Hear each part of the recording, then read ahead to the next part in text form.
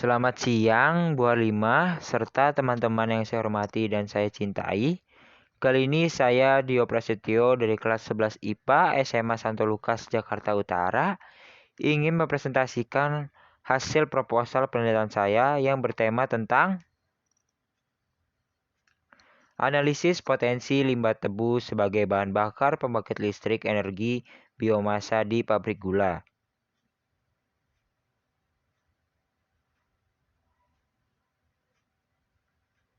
Bab 1. Pendahuluan.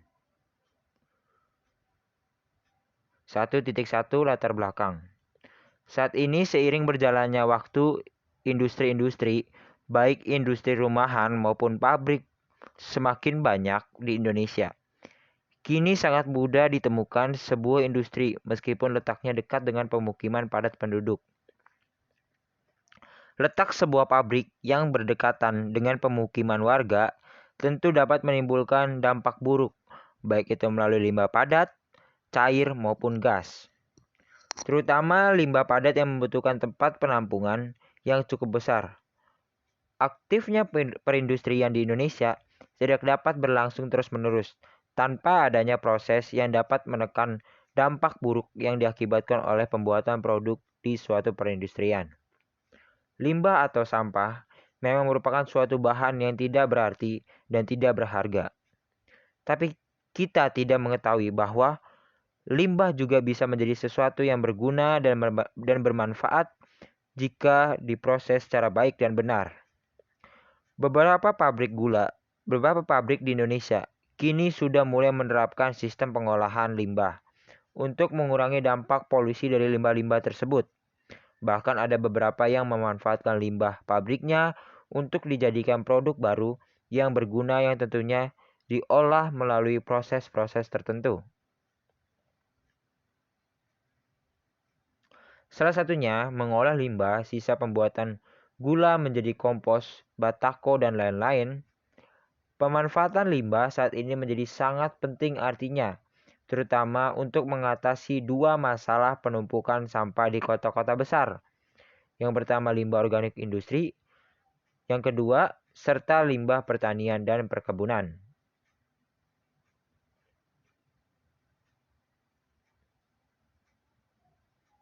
Sistem pembangkit listrik generator biomas yang paling optimal dengan model sistem pembangkit listrik grid connected.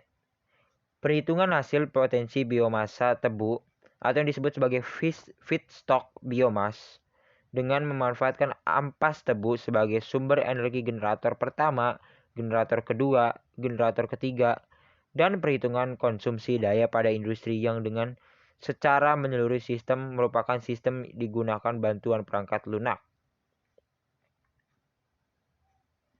Hasil simulasi dan optimasi berbantuan software Homer menunjukkan bahwa secara keseluruhan sistem yang paling optimal untuk diterapkan di PT Madu Baru, PG atau PS Madukismo, sistem pembangkit listrik 100% dengan grid PLN 0%, dihitung 0% dikarenakan langganan dari PLN tidak dimanfaatkan dalam sistem pembangkit karena pembangkit mampu menampung daya konsumsi seluruh sektor industri.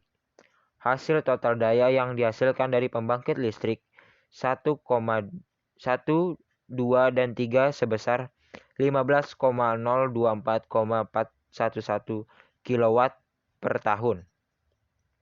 Dari hasil analisa Homer Energy.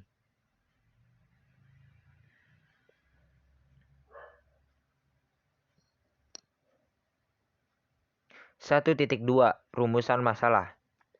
Untuk memudahkan penyusunan tugas akhir ini, penulis merumuskan masalah ke dalam beberapa bentuk kalimat pertanyaan sebagai berikut ini. Yang pertama, potensi ampas tebu dalam penyediaan energi listrik. Yang kedua, analisis penerapan ampas tebu di pabrik gula. 1.3 Batasan masalah. Berdasarkan rumusan masalah di atas, maka dalam pembahasan tugas akhir ini dibatasi pada 1. Pengambilan data hanya dilakukan di pabrik gula Madukismo, Yogyakarta. 2. analisis perhitungan daya dan beban hanya terpusat melalui Homer.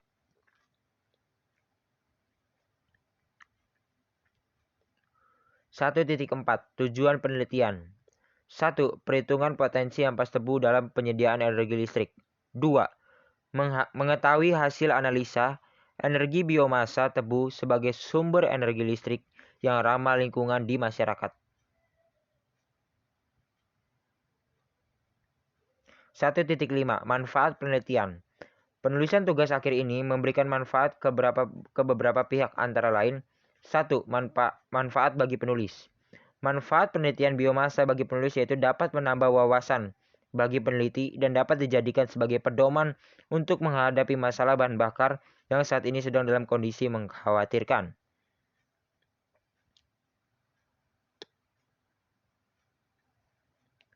2. Manfaat bagi masyarakat dan industri. Dapat dijadikan sebagai penyedia energi listrik terbarukan yang ramah lingkungan, dapat menyediakan energi alternatif yang mandiri dan tidak tergantung pada energi fosil. Dapat meningkatkan kemandirian masyarakat dalam bidang energi alternatif untuk daerah yang tertinggal agar lebih maju dan sejahtera.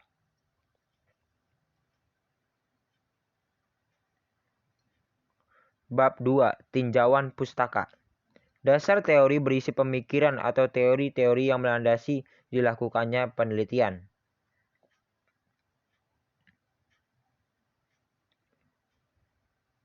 Bab ketiga. Metode penelitian.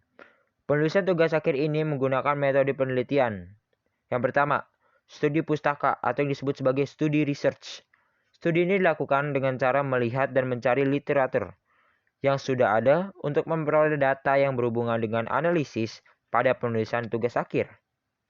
Yang kedua, penulisan lapangan atau field research berupa peninjauan ke lokasi dan diskusi dengan pihak-pihak yang terkait untuk mendapatkan data yang dibutuhkan dalam penulisan tugas akhir ini.